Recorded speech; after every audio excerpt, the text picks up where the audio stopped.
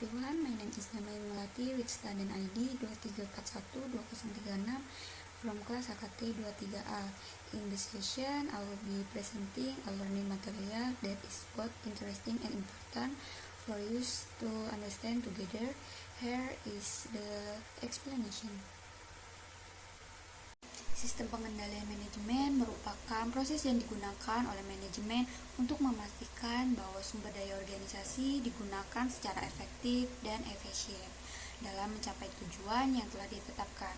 Nah, menurut Robert and Anthony, SPM tidak hanya berfungsi sebagai alat pengawasan, tetapi juga sebagai mekanisme komunikasi, koordinasi, dan motivasi bagi seluruh anggota organisasi. Nah, dengan sistem yang baik, organisasi itu dapat meminimalisir penyimpangan dan memastikan seluruh aktivitas sejalan dengan strategi perusahaan. Dalam konteks modern sendiri, sistem pengendalian manajemen berperan sebagai sistem informasi manajerial yang menghubungkan perencanaan strategis dengan aktivitas operasionalnya. Nah, sistem ini itu berfungsi untuk memberikan umpan balik atau feedback dan umpan maju seperti feed forward, sehingga keputusan manajerial itu dapat diambil berdasarkan data yang relevan. Nah, pengendaliannya itu tidak lagi dipandang sebagai alat represif, tetapi sebagai sarana pembelajaran organisasi. Selain itu, sistem pengendalian manajemen mencakup berbagai aspek seperti penganggaran, pelaporan keuangan, sistem insentif, hingga prosedur evaluasi kinerja. Semua elemen tersebut bekerja secara terpadu dalam membantu manajemen untuk mengukur keberhasilan dan menentukan langkah perbaikan. Oleh karena itu, memahami karakteristik sistem pengendalian manajemen menjadi sangat penting bagi setiap organisasi. Sistem pengendalian manajemen merupakan tulang punggung keberhasilan organisasi dalam mencapai tujuan strategisnya. Karakteristik utamanya itu meliputi proses formal, orientasi hasil, adaptivitas, dan keterpaduan antar sistem formal dan informal. Nah, efektivitasnya ini sangat bergantung pada kejelasan tujuan, kualitas informasi, dan keterlibatan manusia di dalamnya. Nah, sistem yang baik itu harus mampu menyeimbangkan antara kontrol dan kebebasan, antara struktur dan kreativitas. Tujuannya itu bukan hanya untuk menentukan kesalahan, tetapi juga untuk memotivasi, mengarahkan, dan memperbaiki kinerja organisasi secara berkelanjutan. Dalam konteks modern sendiri, sistem pengendalian manajemen itu menjadi bagian integral dari strategi manajemen berbasis data. Kemudian implikasinya setiap organisasi perlu meninjau ulang sistem pengendaliannya secara berkala untuk menyesuaikan dengan perubahan lingkungan bisnis dan teknologi. Pengendalian yang fleksibel, partisipatif, dan berbasis informasi akan membantu organisasi bertahan dan berkembang di tengah kompetisi global.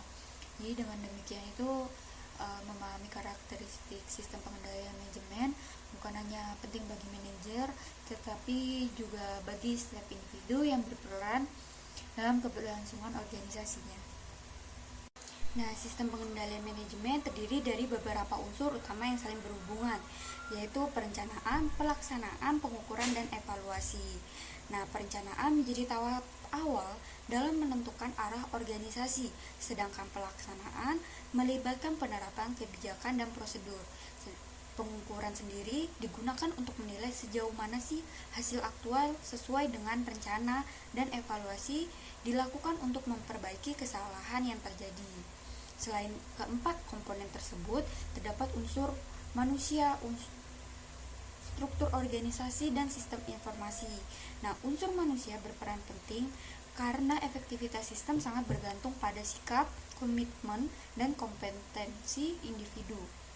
Struktur organisasi menentukan alur tanggung jawab dan hubungan kerja, sementara sistem informasi berfungsi menyediakan data yang relevan bagi pengambilan keputusan.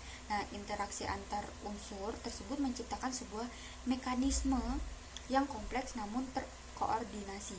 Kelemahan pada salah satu komponen dapat menggunakan keseluruhan sistem. Oleh karena itu, pengendalian manajemen yang baik harus didukung oleh sistem informasi yang akurat, komunikasi yang lancar, serta budaya organisasi yang mendukung keterbukaan. Karakteristik utama dari sistem pengendalian manajemen adalah adanya proses formal dan sistematis dalam mengukur dan mengendalikan kinerja organisasi. Nah, sistem ini tuh harus mampu memberikan informasi yang akurat, relevan, dan tepat waktu bagi para pengambilan keputusan. Karakteristik formal ini tercermin dari adanya prosedur, aturan, dan standar yang ditetapkan secara tertulis. Selain itu, sistem pengendalian manajemen bersifat berorientasi pada hasil. Artinya, fokus utama pengendalian adalah pencapaian tujuan organisasi, bukan hanya kepatuhan terhadap prosedur.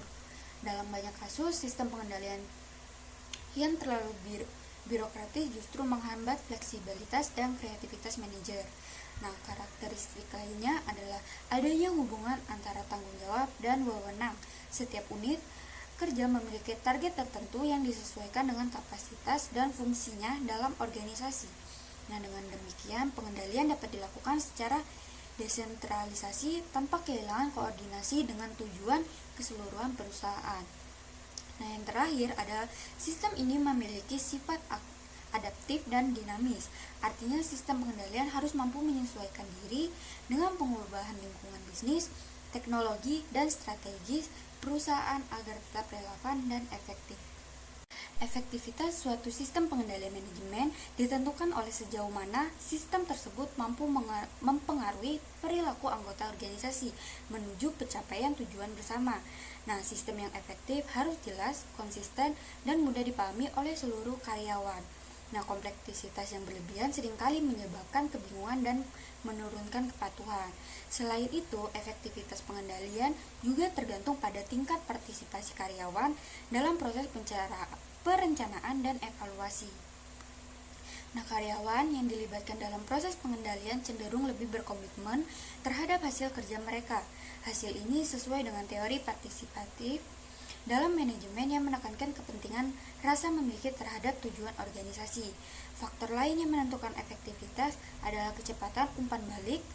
Nah, semakin cepat informasi kinerja yang diterima oleh pihak manajemen, semakin cepat pula tindakan korektif dapat dilakukan. Dalam era digital, efektivitas sistem pengendalian sangat dipengaruhi oleh kualitas sistem informasi manajemen yang terintegrasi. Dengan demikian, efektivitas SPM bukan hanya masalah teknis, tetapi juga berkaitan dengan faktor psikologis dan budaya organisasi yang mendasari perilaku keanggotaannya. Sistem pengendalian manajemen dapat dibedakan menjadi dua, yaitu pengendalian formal dan pengendalian informal. Pengendalian formal mencakup struktur organisasi, sistem pelaporan, prosedur operasi standar atau SOP, dan anggaran. Nah, semua ini dirancang secara resmi oleh manajemen untuk mengatur aktivitas dan tanggung jawab. Sementara itu, pengendalian informal terbentuk melalui budaya organisasi, nilai-nilai norma sosial, dan kebiasaan kerja. Walaupun tidak tertulis, sistem ini memiliki pengaruh kuat terhadap perilaku individu karena membentuk persepsi tentang apa yang dianggap benar dan salah dalam organisasi. Kedua, bentuk pengendalian tersebut harus berjalan secara seimbang. Pengendalian formal memberi arah dan kejelasan, sementara pengendalian informal memberikan fleksibilitas dan makna emosional bagi anggota organisasi. Jika salah satu terlalu dominan, sistem itu akan kehilangan keseimbangannya. Jadi kombinasi keduanya ini menciptakan pengendalian yang efektif di mana aturan dan nilai-nilai bekerja bersama dalam mendorong kinerja dan integritas organisasi. Terdapat 3 mekanisme utama dalam sistem pengendalian manajemen, yaitu feed-forward control, concurrent control, dan feedback control.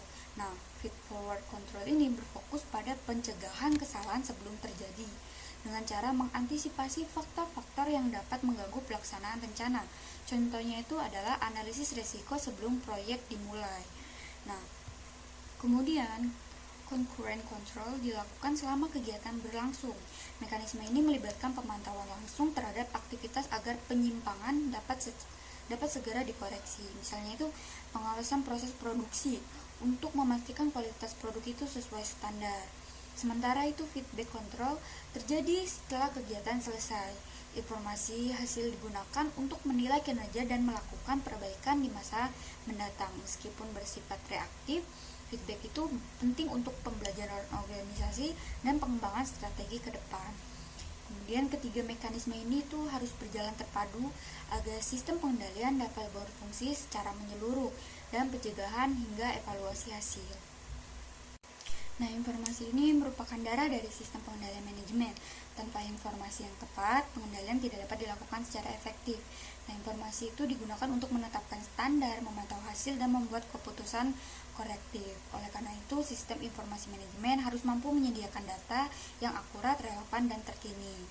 Dan dalam era digital, teknologi informasi memainkan peran besar dalam meningkatkan efisiensi pengendalian. Sistem Enterprise Resource Planning atau ERP, kemudian Business Intelligence yaitu BI, dan Dashboard Managerial memungkinkan pengawasan real time terhadap berbagai aspek bisnis. Hal ini tuh membuat pengendalian menjadi lebih responsif dan berbasis data. Namun ada pentingnya untuk diingat bahwa informasi yang terlalu banyak justru dapat menimbulkan overload. Jadi manajemen itu harus mampu memilah informasi yang benar-benar penting untuk pengambilan keputusan.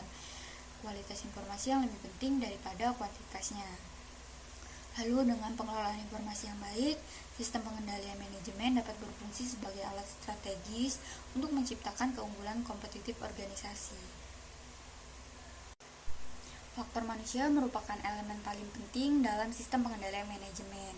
Tidak peduli sebaik apapun sistem yang dirancang, efektivitasnya tetap bergantung pada perilaku dan integritas individu yang menjalankannya. Oleh karena itu, pengendalian manajemen harus dirancang dengan mempertimbangkan aspek motivasi, komunikasi, dan kepemimpinan. Nah, sistem pengendalian yang terlalu kaku itu bisa menimbulkan resistensi, sementara sistem yang terlalu longgar itu bisa menyebabkan kelalaian. Nah, oleh karena itu dibutuhkan keseimbangan antara pengawasan dan kepercayaan. Pemimpin yang efektif mampu menciptakan lingkungan di mana pengendalian diterima sebagai bagian dari tanggung jawab, bukan sekadar alat pengawasan.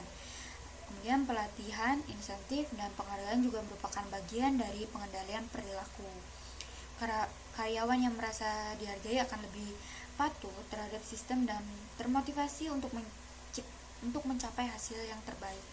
Jadi oleh karena itu aspek manusia itu tidak boleh diabaikan dalam desain sistem pengendalian manajemen. Sistem pengendalian manajemen merupakan tulang punggung keberhasilan organisasi dalam mencapai tujuan strategisnya.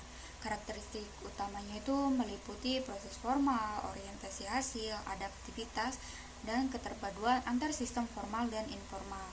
Nah, efektivitasnya ini sangat bergantung pada kejelasan tujuan, kualitas informasi, dan keterlibatan manusia di dalamnya. Nah, sistem yang baik itu harus mampu menyeimbangkan antara kontrol dan kebebasan, antara struktur dan kreativitas. Tujuannya itu bukan hanya untuk menentukan kesalahan, tetapi juga untuk memotivasi, mengarahkan, dan memperbaiki kinerja organisasi secara berkelanjutan. Dalam konteks modern sendiri, sistem pengendalian manajemen itu menjadi bagian integral dari strategi manajemen berbasis data.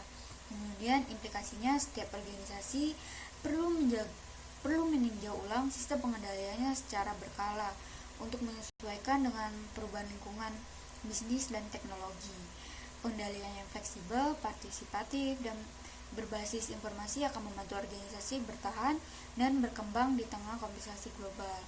Jadi dengan demikian itu memahami karakteristik sistem pengendalian manajemen bukan hanya penting bagi manajer, tetapi juga bagi setiap individu yang berperan dalam keberlangsungan organisasinya. Hello everyone, my name is Namain Melati with student ID 23412036 from class AKT 23A. In this session, I will be presenting a learning material that is both interesting and important for you to understand together. Here is the explanation.